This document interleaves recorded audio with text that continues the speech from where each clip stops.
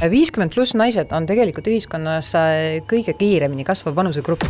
Uuringute järgi on siis avastatud, et naiste aju saavutab oma parima taseme 50. eluaastate lõpus. Tehti see üks uuring ja me räägime siin sellest ja siis nüüd me võtame kõik 50 pluss naisi tööle. Ei, paraku see nii ei juhtu. Küll aga mida me saame teha, et me saame sellest kogu aeg rääkida. Aga huvitav, et mis see hirm siis on 50 naisega, sest et tänapäeval, vaadates sind ja ega me isegi siin kehvemad ei ole, et selles mõttes 50 naised on täis elujõus, üliproduktiivsed ja üli nagu kiftid. On üks asi, mis on kindel. Me kõik sureme ära. Ja kui me oleme ära surnud, siis see parim enne on mööda saanud. Kui palju sa just nendest naistelt, nendest kirjadest lugesid siis seda, et naistel on see hirm, et ma olen liiga vana ja parim enne möödas?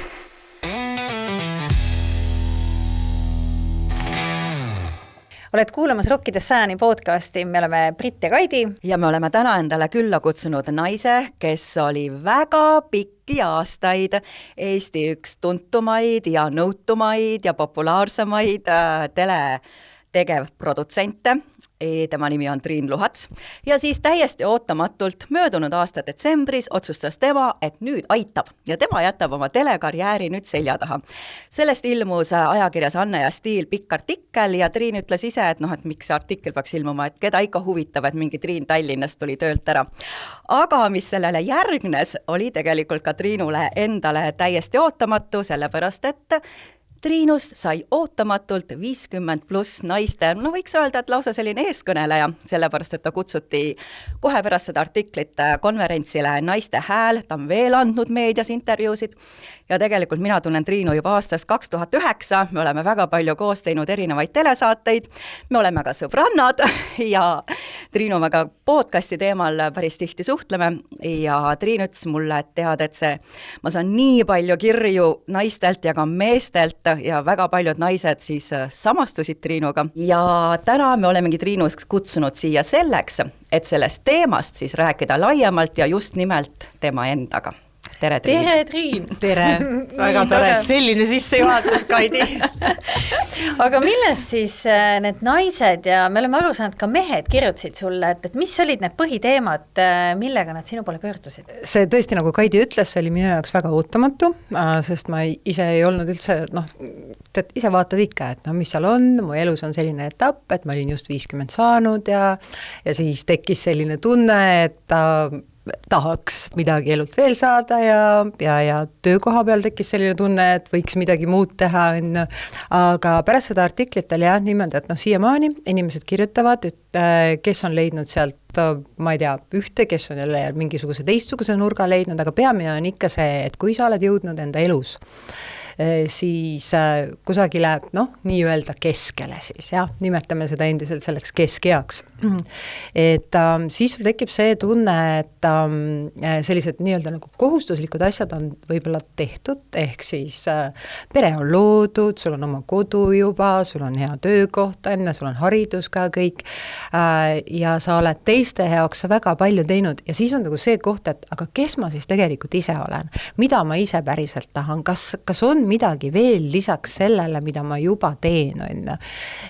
Ja on ka sellised rahulolematuse momendid, mis tekivad sinna sisse, seda keskiga ju tegelikult on võrreldud sellise teise puberteediga natukene ka, et selline otsimise teema tuleb uuesti, aga kuidagi teadlikumalt. Ja tulles tagasi su küsimuse või teie küsimuse juurde, siis need kirjad olidki niimoodi, et esiteks hästi paljud naised erinevatest eluvaldkondadest üle Eesti küsisid just, et kus sa sellise julguse võtad, et eriti seda, et kui me vaatame seda, et esiteks 50 pluss naisi peetakse nii-öelda nähtamatuteks, et nad kaovad justkui pildist ära mingil hetkel. Teiseks siis see, et mis meie tööturul toimub, et väga hea meelega 50 pluss inimesi tööle ei võeta, kui nad kandideerivad enne. Ja kolmas see, et kui sul on ikkagi selline püsiv, stabiilne töö, mil sa oled ehitanud enda karjääri üles, ja isegi kui sa tunned seda, et sa tahad midagi muud, et kas sa ei arva, et mu käest ikkagi küsiti kohe otse, et kas sa ei arva, et see on ikkagi väga rumal otsus ja et oligi see julguse küsimus, siis see, et mida sa õige mõtled, et kuidas, et kuidas või miks sa seda niimoodi teed, siis on jälle see, et ma saan aru väga, küsimused ja kirjad olid see, et ma saan väga hästi aru, miks sa naisena selles vanuses seda teed, sest ma ise tunnen samamoodi, et ma tahaksin ka midagi sellist teha. Või et ma olen pidevalt teiste eest hoolitsenud, pidevalt nagu hoidnud justkui teisi esil või kellegi teise sellist heaolu eest nagu vastutanud on, et ühel hetkel sa lihtsalt tekib see tunne, et aga oota, ma olen ise siin ka kusagil. Tegelikult ütleme niimoodi, et ma kõrvalt samaaegselt või paralleelselt samaaegselt olen ju tegelenud ka sisuloomega ja veel 2-3 asjaga, et see ei ole päris niimoodi, et ma nüüd siis panin pillid kotti, ukse kinni ja ma üldse enam tööd ei tee. Teen ikka ja mingisugused uued projektid on ka juba sellises vaikselt niimoodi, mitte valmimisjärgus veel, aga idanemas, et vaatame, et kõikidest seemnetest ju tegelikult see päris lill või taim välja ei kasva. Tegelikult tundsin juba 2-3 aastat tagasi, et ma olen iseendast täiesti väsinud selles rollis, et ma tegelikult ei anna sellele rollile enam mitte midagi juurde ja et selleks, et ma ise tunneksin ennast nagu sellises tasakaalus olevana ja harmoonilisena, et selleks on vaja kõrvale astuda lihtsalt, anda endale natukene aega ja siis vaadata, et mis on need asjad, mis mind tegelikult veel huvitavad või kuhu ma saaksin panustada nüüd nende kogemuste ja teadmistega, mis mul praegu juba on. Ja just niimoodi, et see siis ka mind ennast täidaks. Aga just nimelt sa ütlesid ka, et inimesed kirjutasid ja küsisid su käest, et kus sa selle julguse võtsid, et millist julgust see siis ikkagi nõudis või kui kaua sa siis ütleme siis nii-öelda nagu hoogu võtsid ja kas sul olid mingid hirmud ka, sest tegelikult ongi, inimesed tahavad muutust, aga paljud ei julge seda sammu teha. No see on natukene nagu vette hüppamisega või tuleme tagasi nagu sinna sellest samast, kui ma rääkisin sellest puberteedi ajast, et kui me oleme puberteedi ajas, siis meil on hästi paljud asjad on sellised uued, me puberteedist oleme tegelikult juba ju inimestena hästi palju rääkinud ja seda on uuritud. Aga mis on jäetud täiesti tähelepanuta või sellest on väga vähe räägitud, on just see, et mis toimub siis, kui sa oledki selles teises puberteedis või siis selles elu teise poolde sisenemas on.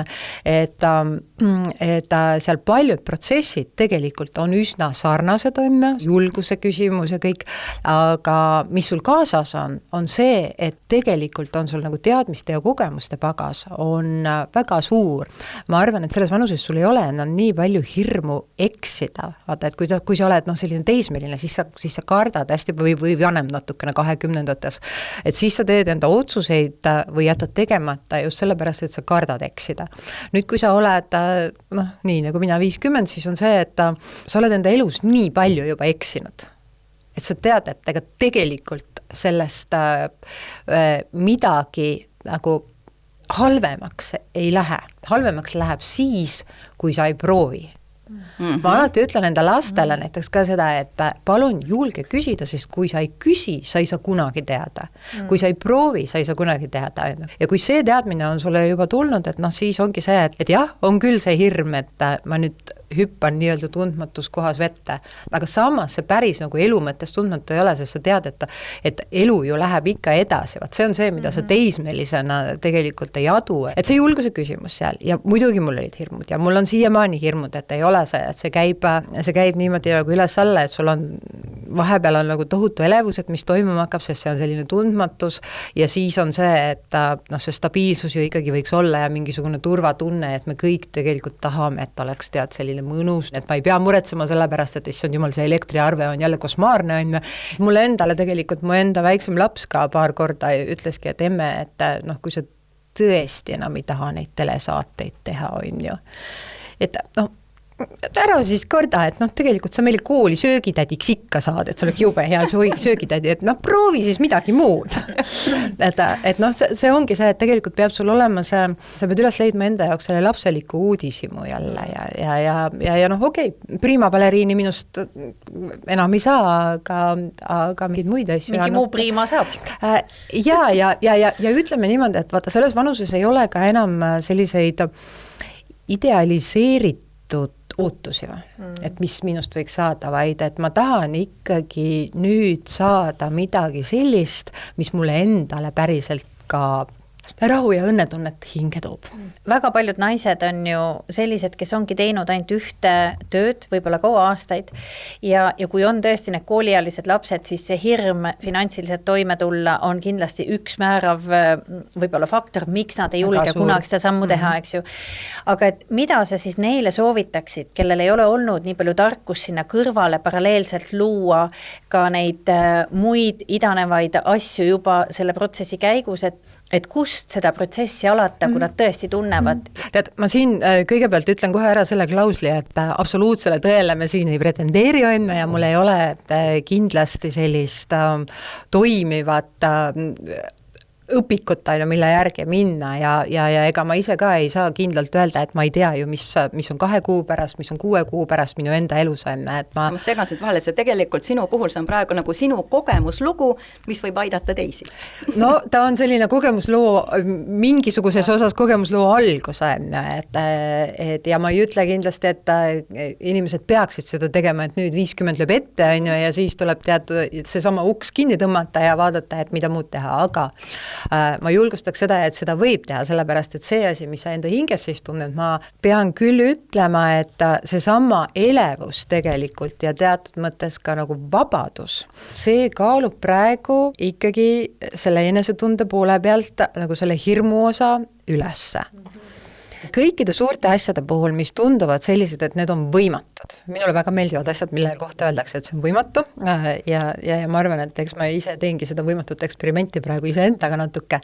Aga kui sa tahad mingit asja saada ja see tundub võimatu, siis alusta väikestest asjadest, pisikestest sammudest ja siis vaatad, kuhu see tee sind hakkab nüüd järjest viima. Et noh, sa pead ühest küljest olema küll enda vastu hästi aus ja see enda vastu aus olemine võib olla kohati nii valus, et ikkagi pisarad on mitu päeva. Ma tean, et meil tuleb pärast küsimus selle kohta ka, et kas ma olen midagi enda elus nagu kahetsenud ja siis kõik alati ütlevad selle kohta, et või tavaline, mis öeldakse, on see, et ma ei ole mitte midagi kahetsenud, et see on mind toonud siiamaani, kus kohas ma olen, aga tegelikult see on minu arust, vabandust, pange nüüd kõrvad kinni kõik, kes ei kannata, see on bullshit. Selles mõttes, et muidugi, kui sa oled elanud nagu nii pika elu juba, siis neid kohti, kus on nagu see, et sa oleksid tahtnud teha mingisugust asja teisiti, on ja noh, mina olen küll mõelnud niimoodi, et on sellised kohad, kus on mul enda ajakasutus jätnud kõvasti soovida, kus ma olen toonud iseenda mingisugused soovid või eesmärgid jätnud kõrvale selleks, et teha tööd või et ma oleksin võinud mingisuguse enda jaoks olulise projekti, mis on puhtalt minu oma, viia lõpuni, aga ma olen selle kõrvale tõstnud, pannud kuskile kasti, et las see siis ootab. Eks kõik see elu on mind muutnud selliseks, nagu ma olen. Üks asi, mis oli sinu puhul hästi huvitav, nüüd kui sa sealt töölt ära tulid, said natukene puhata, on ju. Ja see, ma olen väga tänulik sulle, et sa meie podcastile nii hästi ja nii meeletult kaasa elad. No, ja sa oled mulle nagu genereerinud lihtsalt meeletult ideid, kuidas seda podcasti viia siis laiemate kuulajaskondadeni ja mida me kõik peaksime veel tegema.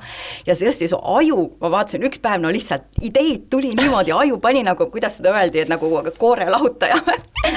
Ja siis sa saatsid mulle igaseid linke ja üks link, mis sa mulle saatsid, oli uuringu kohta. Ja nende uuringute järgi on siis avastatud, et naiste aju saavutab oma parima taseme 50. eluaastate lõpus. Nii et siin on nüüd tööd hea info ka kõigile Eesti tööandjatele, kes need CV-d kohe tõstavad kõrvale, kus on näha, et sünniaasta on 70 või 71 või midagi sinna kanti. Et mida sina ütleksid? Ma saan aru, et naised on sulle ka kirjutanud, on ju, et nende CV-d on kõrvale tõstetud. Ja mida sa ütleksid nendele tööandjatele, kes lükkavad siis need 50-ndates naiste CV-d kõrvale?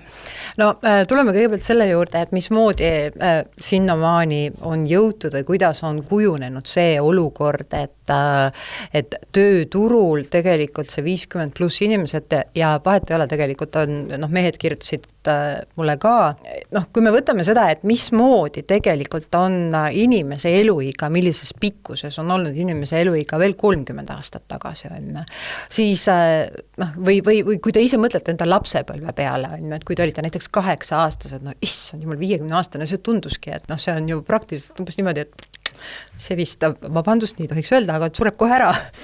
Ja see peegeldus tegelikult nii töövõimes kui inimeste tervises, kui inimeste mõtteviisis on. Ja kui me läheme veel natukene tagasi ajas, mingi 100 aastat, 150 aastat, mis tegelikult ei ole ju maailma ajaloo seisukohalt mitte mingisugune suurusjärk üleüldse, vaid see on kübemeke. Et siis võibki öelda, et alles hiljuti oli meil ju veel see, et kus naistel oli niimoodi, et nad ei tohtinud, ei hääletada, ei tohtinud nad haridust saada, et nad pidid kodus olema, nad sünnitasid, hoolitsesid laste eest, tegid süüa.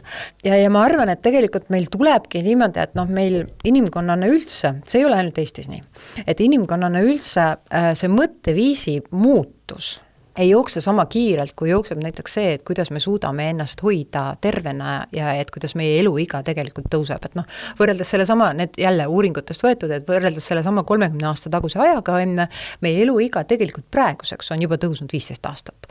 Hoopis teine asi on see, et kui palju meil on seda tervena elatud aastaid, et see on täiesti teine teema, sellest te olete siin mõnes podcastis juba rääkinud, räägite kindlasti veel, on. Kohe jätkame Triinuga juttu edasi, aga me korraks tahaksime pöörata pilgu meie vahvatele koostööpartneritele, keda on juba tänaseks 3 ja esiteks Ecosh, meil on nii suur tänu Ecoshile, kes on igakuine meie toetaja ja nii nagu on paljudes episoodides välja tulnud, on siis teatud vitamiinid, mida me peaksime tarbima absoluutselt kuni surmani, ehk siis oomega, öeldakse, me aju peab ujuma rasvas, magneesium, mida vajab kogu meie organism ja kellel siis on defitsiit, siis D-vitamiini juurde võtta, eriti talveperioodil. Ja meil on väga hea meel, et meie koostööpartnerite hulgas on ka Berritši ja Berritšiga me tegelikult alustasime nii-öelda siis läbirääkimisi võimalikust koostööst juba mõned kuud tagasi. Aga kuna me oleme Britiga otsustanud, et me soovitame ainult brände ja teeme koostööd ainult nendega, kelle tooteid me päriselt ise tarbime ja ka neid siis usaldame ja soovitame ja siis need mõned kuud olen mina nüüd tarbinud Berritši tooteid ja võin öelda, et ma julgen neid soovitada, sest nagu näha, see pudel on näovesi, see on pool tühi, sellepärast, et see pidi olema siin täis, et siis teile näidata, milline see välja näeb, aga ma olen sellest pool juba ära tarvitanud. Ja aga ma väga kiidan Berritši kreemi, sest minu punetav nägu ei olnud enam punetav. Ja meie episoodidest on ka välja tulnud, et jooge puljongit. Ja siin on Food Studio väga head puljongid, mida meie tööd Britiga oleme juba aastaid tarvitanud, sest ise ei jõua kogu aeg puljongit keeta. Nii et neid Food Studio erinevaid puljongid võib siis nii juua kui ka tarvitada toidu tegemiseks. Siin on siis veisepuljong, aedviljapuljong, kalapuljong ja kanapuljong tai moodi ja tavaline kanapuljong. Nii et aitäh Food Studio, aitäh Berritši ja muidugi aitäh Ecosh. Kõikidele meie kuulajatele ja vaatajatele kehtib Ecoshi e-poes täishinnaga toodetele -20% ja märksõnaks on 100-20. Berritši puhul kehtib kõikidele meie kuulajatele ja vaatajatele -25%. Kui sa lähed Berritši e-poodi, siis sisesta kood Berritši25 ja sa saad soodustuse täishinnaga toodetele. Ja Food Studio puljongeid saab kõikidest Eesti suurimatest toidupoodidest. Ühesõnaga kõik toidupoed, mis on hästi varustatud. Ja nüüd jätkame Triinuga. Aga just, et see mõtteviisi muutus tegelikult tuleb nüüd ikkagi üsna raskelt kätte, oleme väga ausad, et see ei ole niimoodi, et tead, homsest hakkavad kõik tööandjad ja kõik inimesed mõtlema, et nüüd me võtame, tehti see üks uuring ja me räägime siin sellest ja siis nüüd me võtame kõik 50 pluss naisi tööle. Ei, paraku see nii ei juhtu. Küll aga mida me saame teha, et me saame sellest kogu aeg rääkida. Üks asi, mida mina olen mõelnud küll, et tegelikult võiks ju olla niimoodi, et miks me peame üldse CV-s küsima seda, et et mis on inimese sünniaasta. Ma ei ole sellest kunagi nagu aru saanud, ma saaks aru, kui meile öeldakse, et noh, mul on mingisugused konkreetsed ametid, kus tõesti inimene peab olema täisealine ja on mingid konkreetsed ametid, mille puhul on nagu niimoodi, et noh, võib-olla sa tõesti nagu pensionäri ei saa enam tööle võtta või on tal siis mingisugused asjad, et noh, sa ei saa võib-olla südamekirurg siis enam olla, kui sul on silmanägemisega probleemid, aga see läheb hoopis teise valdkonda, see ei ole sul tingimata ei ole vanusest seotud, et me võiks ju teha selle otsuse, et CV-s on lihtsalt kirjas, et kas sa oled õpilane, üliõpilane, tööealine või pensionär. Ja samas on ju loogiline, et kui võtta nagu tööandja seisukohalt, eks ju, et siis tekibki ju see paradoks, eks ju, et noor inimene, ta on lihtsasti kujundatav. Ja sa saad ta siis integreerida oma sellesse ettevõtluskultuuri võib-olla lihtsamini sisse, eks ju, mis on üks võib-olla trump noorel inimesel. Aga siis tekib tegelikult väga pikk ja eriti tänapäeval, eks ju, kus ju naised saavad oma esimese lapsega üle 40-selt alles. Tekib ju väga pikk ajaaken, kus tööandjatel on tohutu stress, et äkki tal on nüüd plaan pere saada ja siis ta on jälle lapsepuhkusel. Ja siis on järgmine stress, kui naine saab, eks ju, 50, aga huvitav, et mis see hirm siis on 50-se naisega, sest et tänapäeval, noh, vaadates sind ja ega me isegi siin kehvemad ei ole, et selles mõttes 50-sed naised on täis elujõus, üliproduktiivsed ja üli nagu kihvtid. Mis siis seal see takistus tegelikult võiks või peaks või on? Ma arvangi, et see on lihtsalt meil ühiskonna jaoks nagu niivõrd uus nähtus. Ja kuna me ühiskonnana vananeme ka tohutult kiiresti, siis tegelikult, ja noh, naised elavad kauem kui mehed on, et siis see hulk, mis nüüd siis kas jääb tööturule või üldse meile. 50 pluss naised on tegelikult ühiskonnas kõige kiiremini kasvav vanusegrupp, sellepärast et ühiskonnana me vananeme, on kogu aeg öeldakse seda, et noori ei tule peale, ei sünnita seal keegi on. Jällegi, tuleme selle maailma ajaloo seisukohale, et üsna uus nähtus selline, et me elame kauem, naised elavad kauem ja siis ongi neid 50 pluss naisi rohkem, et siis see võtab aega, et me tuleksime sellele järele. Kuna me teame Kaidiga, et meid kuulavad ka väga paljud mehed ja siis me võiksime teha siin sellise toreda üleskutse, et kiirustage seltsimehed unetud, sest et nii ägedaid naisi, nagu praegu hetkel on veel tööturul saada, varsti ei pruugi olla ja varsti võib olla selline nii-öelda tööandjate järjekorrad CV online'is, et leida 50 pluss täis potentsiaalis ja ägedaid naisi. Oota, täienduseks sinule üleskutsele, ma tahan sellest uuringust ikkagi lugeda ühe koha, mis Triin mulle saatis, et need uued uuringud näitavad, et naiste üldine vaimne võimekus, kui liita kokku arutlusoskus, teadmised, emotsionaalne intelligentsus, otsustusvõime ja otsuste tegemine saavutab tegelikult tipu vanuses 55–60. No super. Mis teil veel vaja on kinnituseks? Ja need uuringute käigus siis analüüsiti aastakümnete pikkuseid andmeid 16 kognitiivse ja isiksuse omaduste kohta, alates emotsionaalsest intelligentsusest kuni kohusetundlikkuse ja otsustusvõimeni. Ja muidugi teadlased on ju ka viimastel aastatel või nüüd vist juba viimase aastakümnendi jooksul ju tõestanud ka ära selle, et ajurakud uuenevad, halloo, ei vananegi ja ei kaogi ära, kui vanasti öeldi, et stressiga kaotad ajurakke ja siis ongi kõik, eks ju, ja närvirakke, ajurakke, et need kõik uuenevad ja närvirakud ka uuenevad. Nii et me oleme täiesti õppimisvõimelised ja selle uuringu alla kommenteerisid ka siis naised seal, need siis oli välismaine ja see oli ingliskeelne postitus, on ju, aga ma vaatasin neid kommentaare ja see olid naised kommenteerisid, ma olen 55, ma olen 60, ma tegin alles nüüd oma master's degree, et ma nooremana poleks olnudki selleks võimeline. No sul ei olnud aega selleks lihtsalt sellepärast, et naised on võtnud ka selle rolli, et üks on see, et sa käid tööl, oled tegu, aga teine roll on see, et sina oled ikkagi see, kes pere toimetamiste eest vastutab. Ja samas mina alati julgustan naisi, et kui sa juba oled need imelised inimesed see ilma sünnitanud, et naudi seda aega nendega, sest hästi kurb, kuna ma olen ju ka nii kõva aastaid inimestega töötanud, siis hästi kurb on kuulda seda, kuidas nagu kahetsetakse, et ei ole õigel ajal nagu lastega aega võetud. Kas või mingid üksikud vahvad hetked. Ja sellega ma olen nõus, alles paar päeva tagasi tulen jälle uuringute juurde, mulle väga meeldivad igasugused erinevad uuringud, mis tehakse enne, ja see käis just selle kohta, et kuidas me lastega aega veedame. Kui ta on 18, siis on 90% juba sellest ajast nagu veedetud. Ja siis ta läheb oma teed enne. Noh, okei, siin ongi vaata erinevad nagu põhjused, noh, mina jah, siis pärast abielulahutust on ju Eestisse tagasi kolides üksik ema, no ma rügasingi seda teletööd teha, on ju, nagu 4 saadet korraga. Ja siis loomulikult oli mul lapse jaoks nagu vähe aega, noh, ja siis ongi nagu ja ma tean, ma ei saa seda aega tagasi. Või siis ongi naistel on vaata erinevad põhjused kõigil selleks, on ju. Seal ongi see kvaliteetaeg, et tee neid, sa ei pea palju aega veetma, eks ju, kui, noh, sest et tõesti me kõik peame käima tööl ja me ei saa olla, eks ju, kodused perenaised enamus. Ja me võib-olla ka ei oleks see meie soov, eks ju, sest et mina olen väga nautinud seda, mis ma kõik olen teinud elus. Aga et just, et need kvaliteethetked, et ärge alati või kogu aeg öelge, et mul ei ole nüüd aega, vaid võta need spetsiaalsed hetked, mis jäävad meelde, mida sa naudid, eks ju, koos lapsega. Ju nii klassika on see, et kui lapsed on just pesast läinud, siis hakatakse klammerduma. Ei lasta neil leida endale normaalset toredat kaaslast, hakatakse, eks ju, vaenu sinna vahele külvama ja nii edasi, et ärge tehke seda.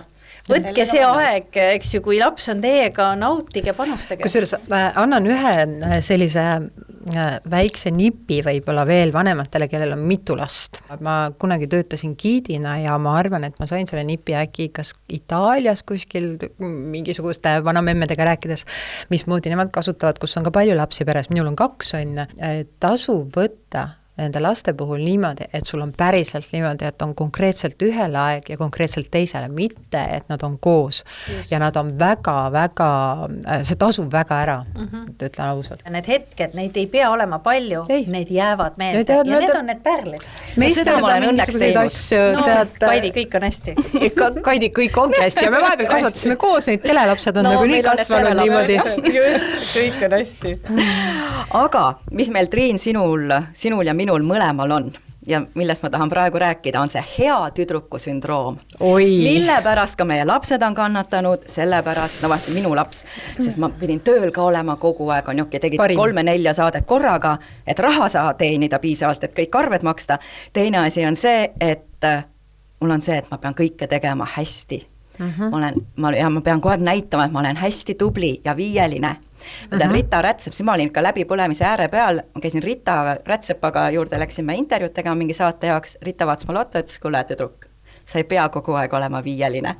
Ja Triin, mis see, et ma pean kogu aeg olema viieline, milleni see sind on viinud? No mina ütlen, et minul on lisaks sellele heatüdruku sündroomile on ka see petturi sündroom, kus ma kogu aeg arvan, et kohe saavad kõik aru, et tegelikult ma ei oska mitte midagi.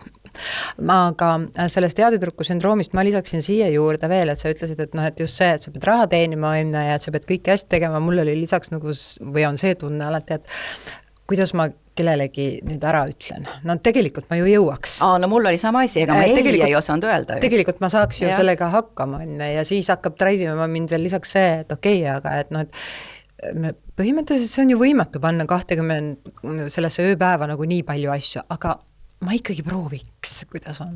Aga selle heatüdruku sündroomiga, see on nagu selline hall koll, kes lihtsalt tuleb aeg-ajalt uksest sisse ja eks ta tuli mulle siin praegu, või tublitüdruku sündroom, mitte heatüdruku. Jah, tublitüdruku sündroom, jah. Eks ta mul tuli näiteks siin ka enne, kui ma teie juurde siin tulin, et et kas ma oskan nüüd õigesti rääkida ja keda see huvitab üldse, mida ma räägin ja kas see on ikkagi piisav teie selle, no see on täpselt see, et kas ma olen nagu piisav, et kas ma suudan need asjad kõik ära teha ja siis ükski asi ei lähe välja, ükski email ei lähe välja enne, kui sa oled 5 korda selle üle kontrollinud, kas seal on veel mingisugune kirjaviga sees või mis on, või kui on kirjaviga sees, siis sa suudad selle enda jaoks nagu mõelda, et issand jumal, kas ma peaks nüüd saatma vabanduskirja, et ma jätsin ühe koma sinna õigesse kohta panemata, Aga ongi paljudel naistel on ju, see on nii kodus kui tööl, kui nad jätavad ennast tahaplaanile ja siis ma pean olema hästi tubli kogu aeg, nii oma mehe jaoks on ju kodukorras, ma pean tööd tegema, ma pean laste eest hoolitsema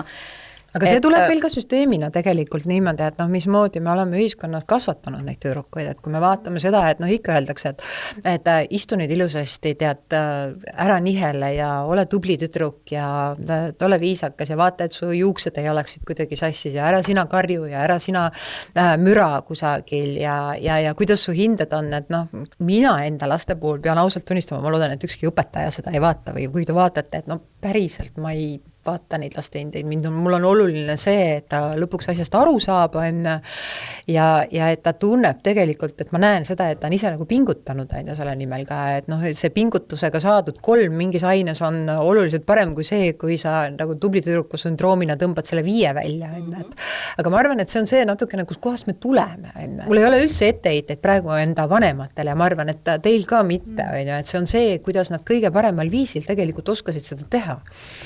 Aga... Minul ei ole seda tubli tüdruku sündroomi. Sul ei ole, jah? Ei ole.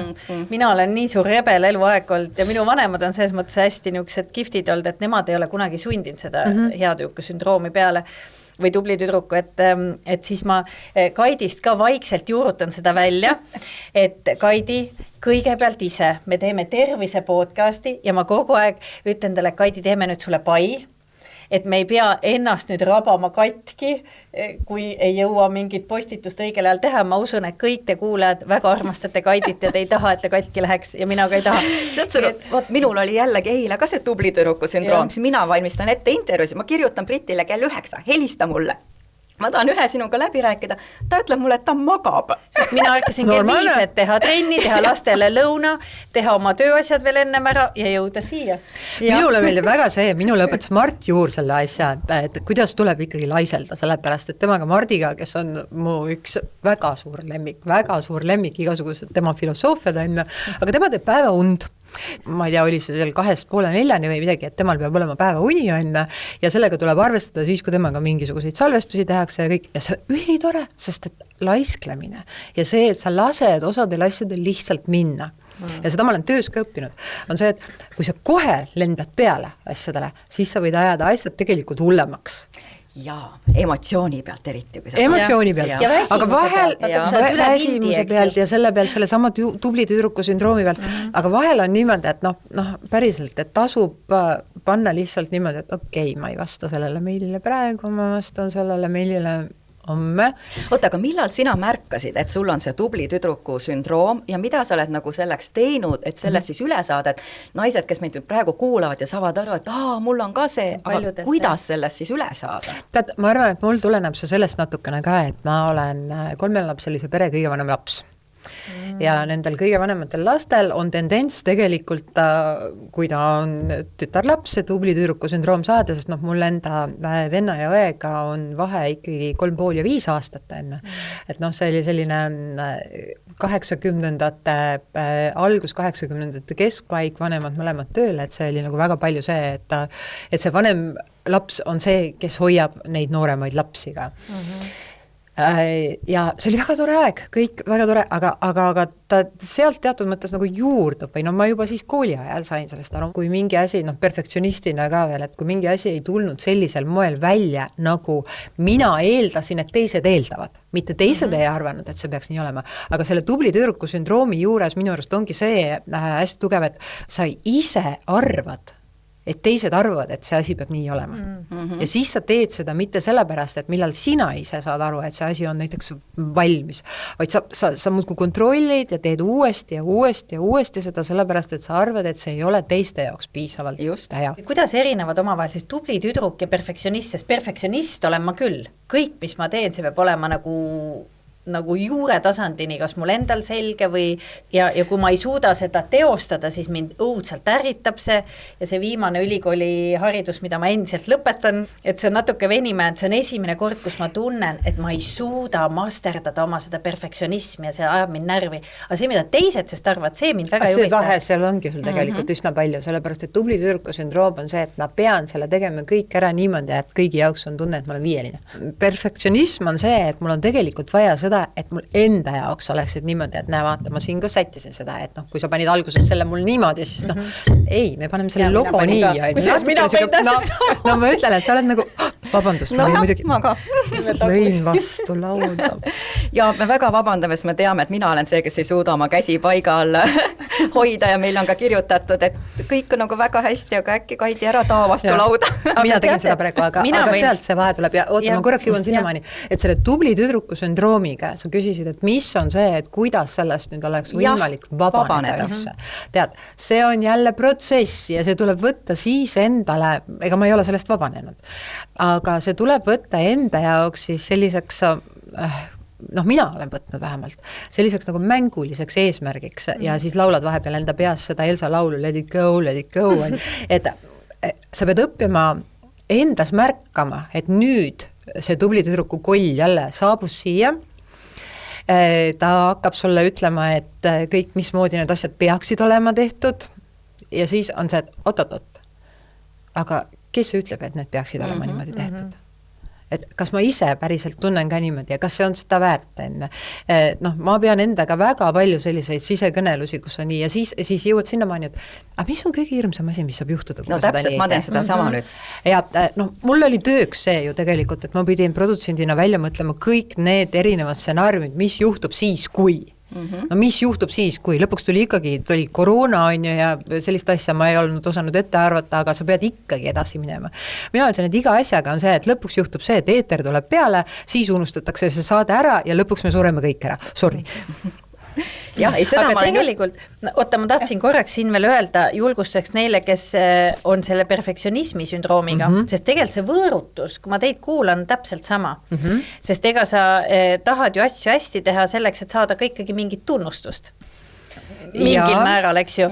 Ja ma ise nüüd selle viimase kõrgharidusega, ma olen teadlikult ka murdnud endas seda, et just see sama, et kui ma näen, et ma pean tooma ohvriks oma, eks ju, aja oma lastega või ma ei jõua neile süüa teha korralikult, sest minu jaoks see toidulaud hästi oluline on ju, laste toidulaud ja nii edasi, et ma olen hakanud teadlikult murdma seda, et mis siis, et ma teen natuke kehvemini, sest minu tervis, minu laste tervis, need on täna olulisemad. Absoluutselt, ja see on jälle nagu see koht, vaata, mis ma ütlesin, et kuidas mingisuguseid asju muuta, et sa ei pea muutma korraga nagu kõike. Et sa hakkad sealt algusest vaikselt pihta ja tegelikult võib see tee viia sind hoopis parema tulemuseni siinpool on.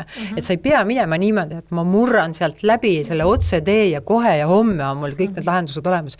Ei ole sellist asja, et homme on sul olemas. Kõik asjad võtavad aega, kui sa vaatad, kuidas taimed kasvavad enne, et ei ole nii, et sa paned seemne mulda ja siis ma saan homme sealt juba, ma ei tea, maasikaid, et tegelikult sa peaksid ennast ka võtma kui sellist mõnusat taime, mis kasvab ja areneb. Kui ilusti öeldud.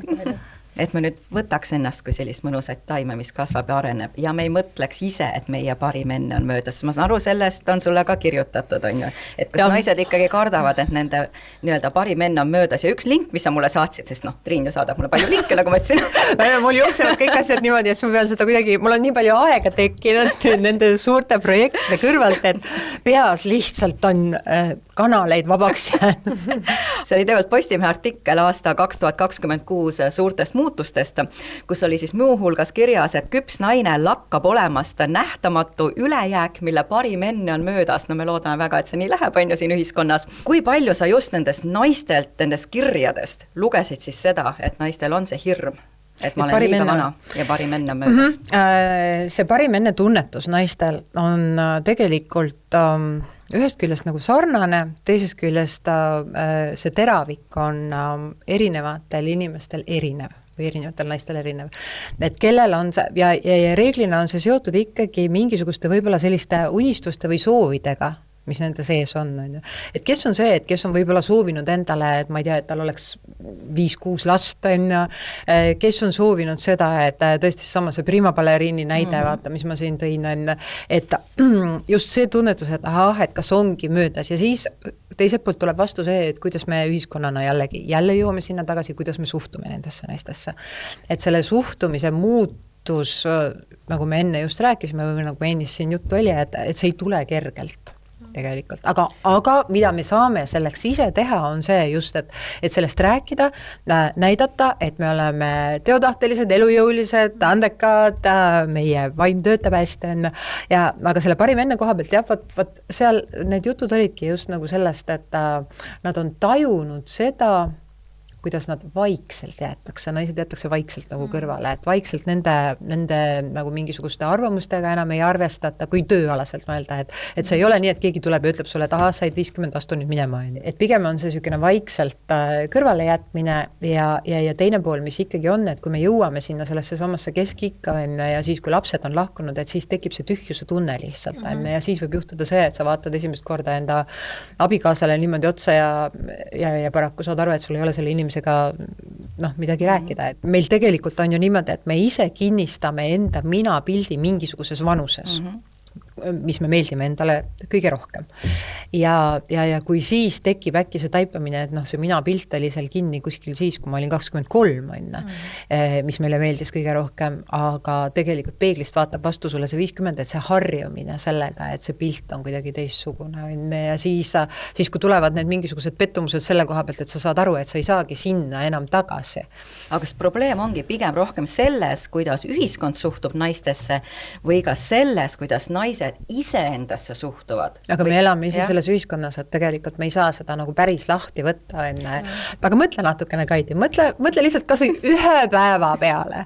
Ja see on meile kõigile ju tegelikult tuttav, et me vaatame sinna peeglisse või siis oleme selles mingisuguses hetkes, kus sa tunned, et okei, ma ei ole enam nagu ja ei, ma muidugi, ma vaatan vahel peeglisse ja mõtlen, et sa ikkagi vaatad, et ma ei ole enam nii sile ja samas, come on, meie kõik jääme vanemaks, ma ei saa seda muuta ja muus osas ma tõesti tunnen, et ma olen endaga kõige rohkem rahul just nimelt praegu. Absoluutselt. Aga samas on vaata hästi oluline see, mida mina jälle oma töös olen ka hästi palju märganud, on see, et miks tihti naistel on see tunne, et nad on nagu nähtamatud või nendega ei arvestata, on see, et nad on ka iseenda nii-öelda käest ära lasknud. Just ka sellel põhjusel, et on kogu aeg fookus teistel ja tihtilugu naistel tekib seal see kaalutõus, sellest tekib siuke demotivatsioon ja nad vajuvad nagu ise ära.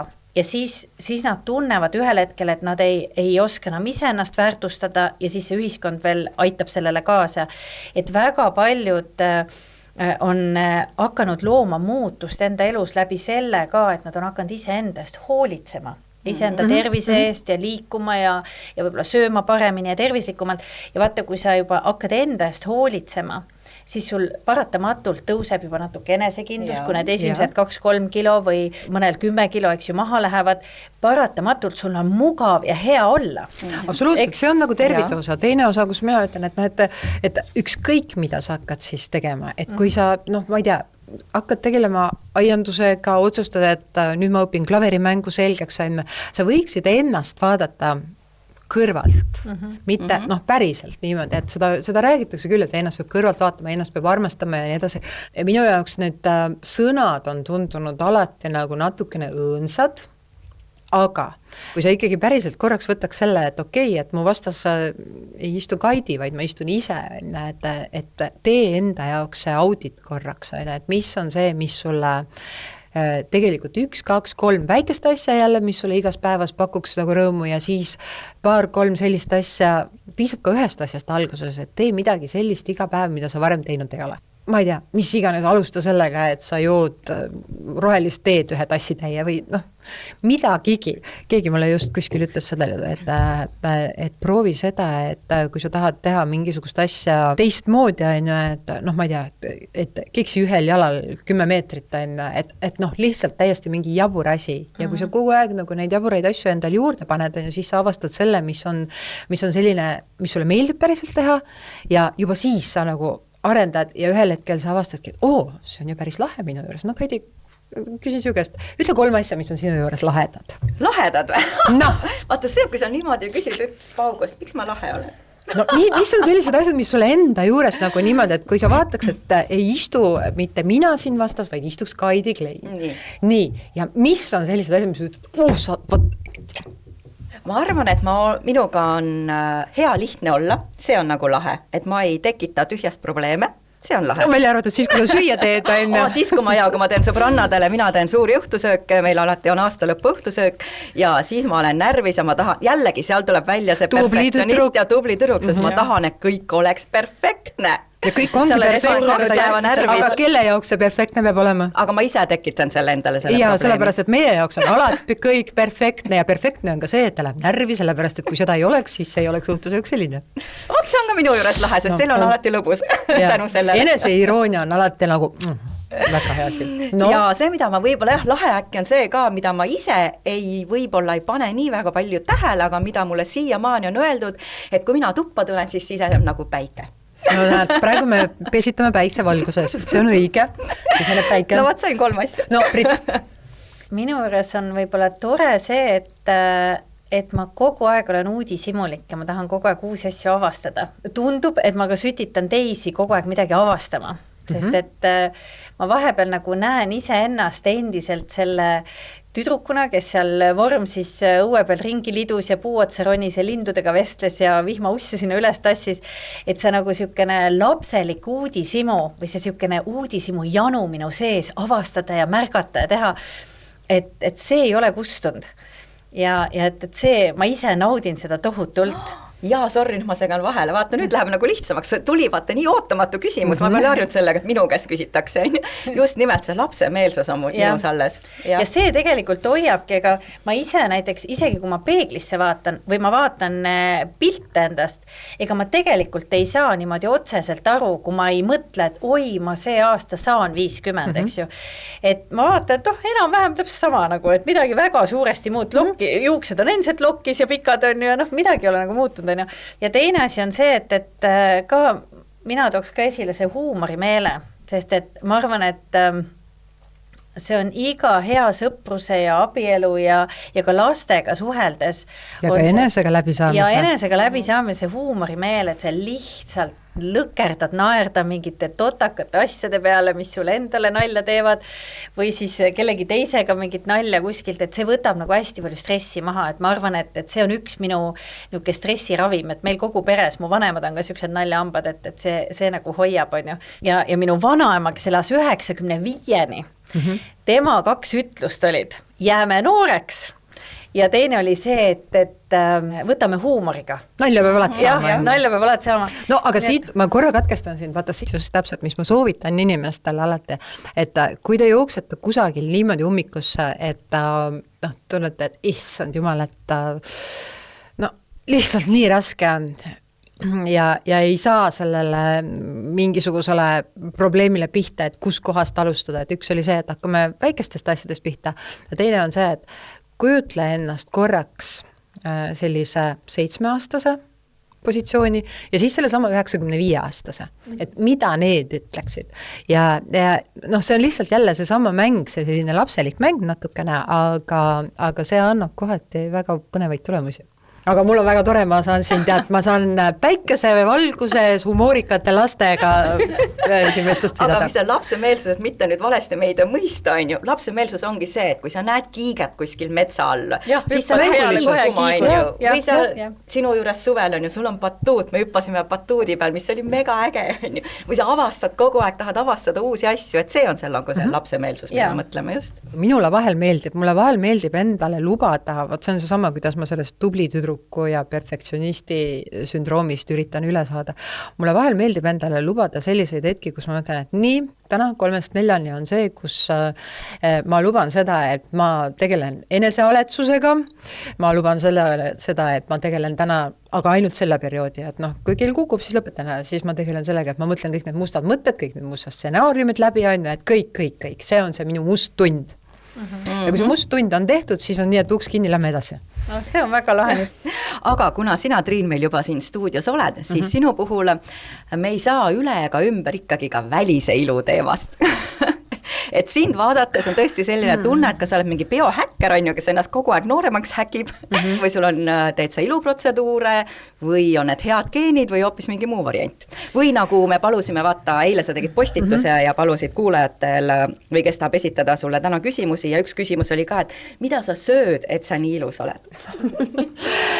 Tead, iluteemade koha pealt ma alati muutun nagu üsna kohmetuks, sellepärast, et mina ise minu jaoks ilu on nii selline laialivalguv mõiste, me ei saa seda ju kuidagi võtta, määratleda nüüd, et noh, kas ja see muutub nagu ajas, hetkes, sõltuvalt sellest, kuhu taustsüsteemi me selle paneme, on, et ma väga tänan kõiki, kes arvavad, et ma neile meeldin, ma arvan, et tegemist on tegelikult sellega, et inimestel, kui inimesed ütlevad, et mingi asi on või keegi on nende jaoks ilus, siis see tunnetus tekibki mingitest sellistest komponentidest, mis tulevad nagu tema elust on kusagilt kaasa tulnud ja mingi asi siis nagu selles koosluses inspireerib teda või tekitab sellise heaolutunde. Ja siis talle tekib tunne, et see on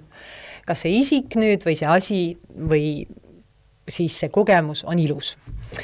Aga kui me tuleme nüüd tagasi selle välimuse ja selle juurde, et siis ma arvan, nagu kõikide inimeste puhul, see ei kehti minu kohta, et ei ole sellist asja, et sa nüüd võtad mingisuguse, ma ei tea, võtad mingi kreemi ja paned selle peale ja siis sa oledki ilus või siis, et sa võtad meigi ja paned peale, et siis see loobki nüüd selle, et tegelikult on see ikkagi nagu kooslus kõigest sellest, mismoodi sa mõtled, mismoodi sa elad, mida sa teed, on ju, mida sa sööd ja siis mismoodi sa enda välimuse siis kokku paned, on.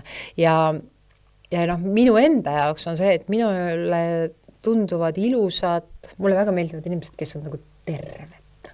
Või ma nii tahaks, et inimesed oleksid terved. Aga vasta siis sellele küsimusele ka, mida sa sööd? Mida ma söön? Lisaks Kaidi tehtud õhtusöökidele. Kaidi tehtud õhtusööki, aga Kaidi teab seda, et ta peab mulle alati neid seemneid peale raputama. Jaa, Triinul on seemneid alati eraldi.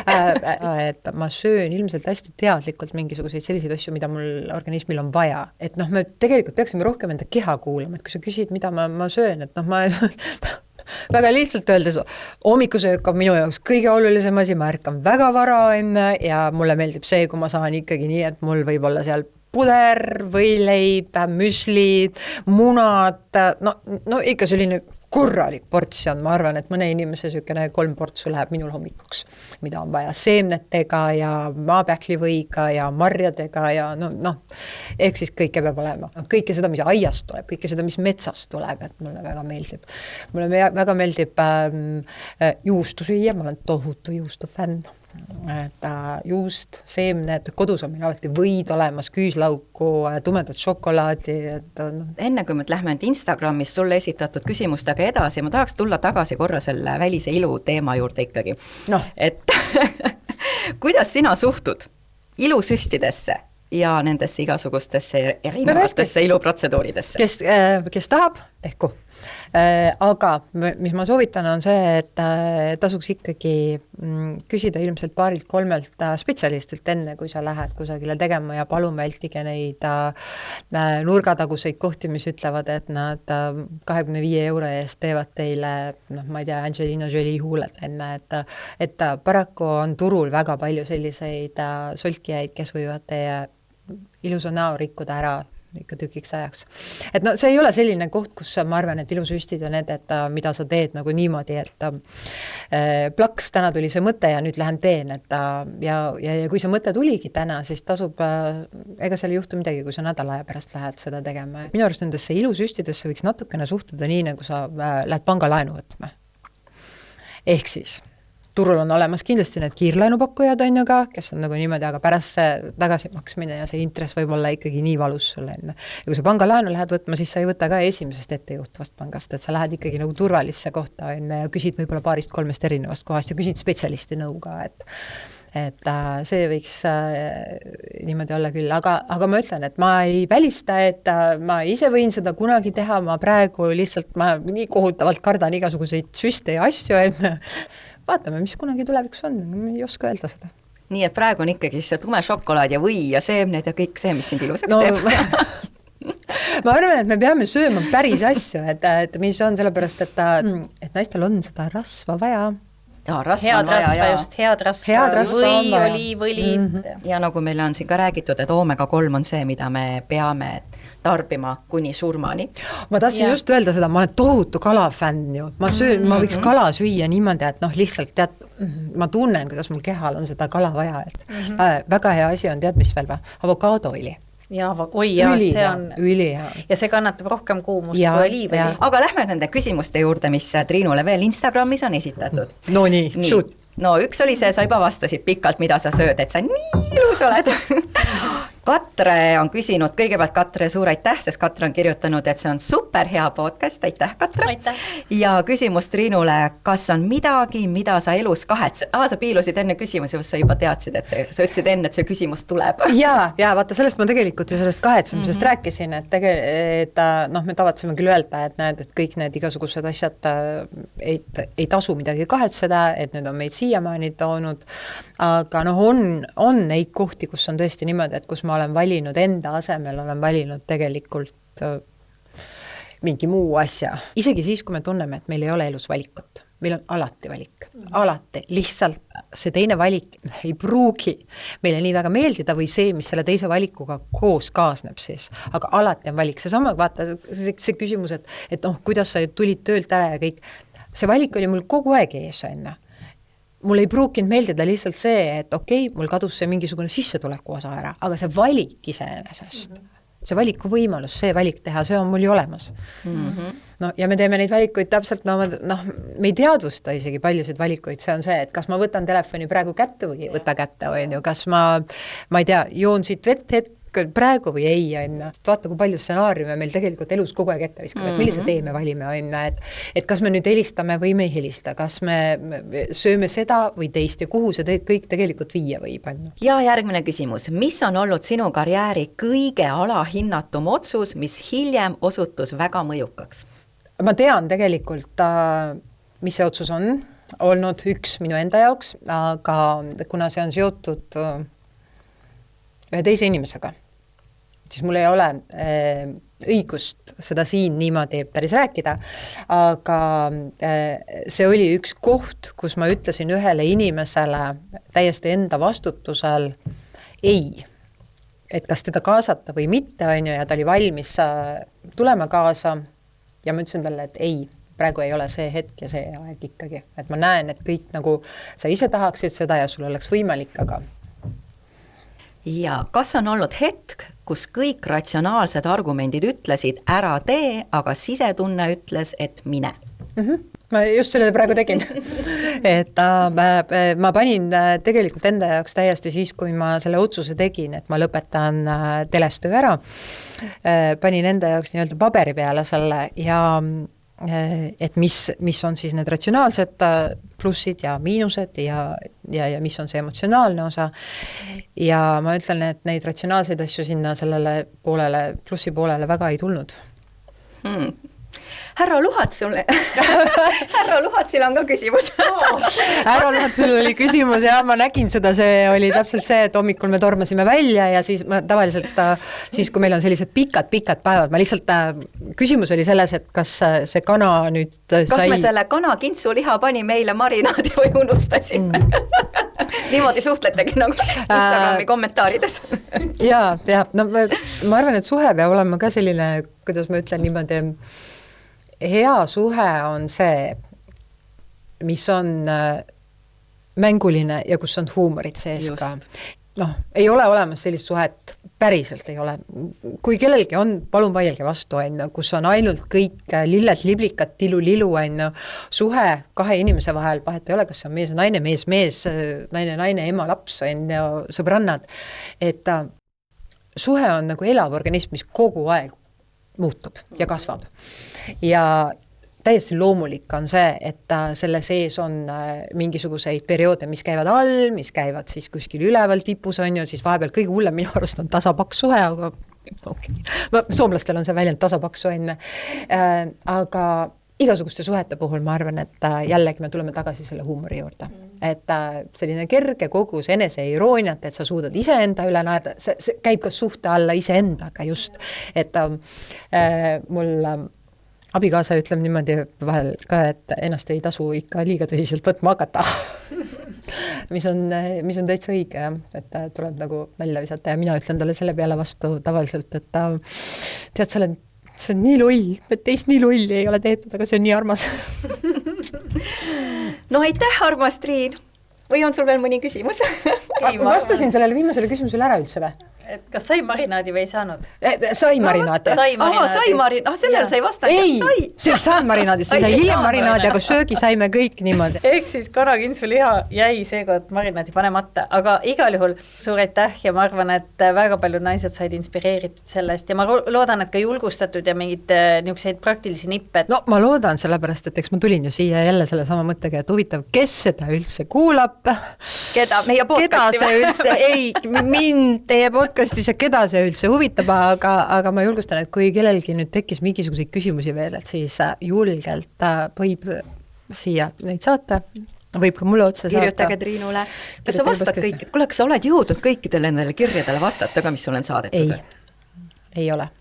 Päris ausalt ei ole. Ma tegelikult ju Kaidi käest tookord küsisingi natukene nagu nõu, et ma küll, ma ei jaganud neid kirju, ma ei rääkinud sellest, et kes mulle täpselt on kirjutanud, on ju, või mis see täpne kirjade sisu on, aga et kuna te nii mõnusasti siin podcastis tegelete just need 45+ naiste ja ka meeste oluliste teemadega, et siis mõnede vastuste osas ma tõesti mõtlesin, et ma kõigepealt küsin Kaidi käest, kuidas tema arvab või kas teil on juttu olnud siin sellest ja siis, aga ma järjepanu, ma olen igal juhul seda teinud, et ma olen kõikidele nendele inimestele märku andnud, et jaa, ma olen selle kätte saanud, aga mõnedes asjades või mõnes osas on niimoodi, et ma võib-olla ei oska vastata ja mõne asja puhul on niimoodi, et mul on tunne, et sellest räägitakse ka jälle üha rohkem ja me laseme siit praegu üle, aga just see üksilduse teema on viimasel ajal väga selliseks aktuaalseks muutunud ja see on just see, et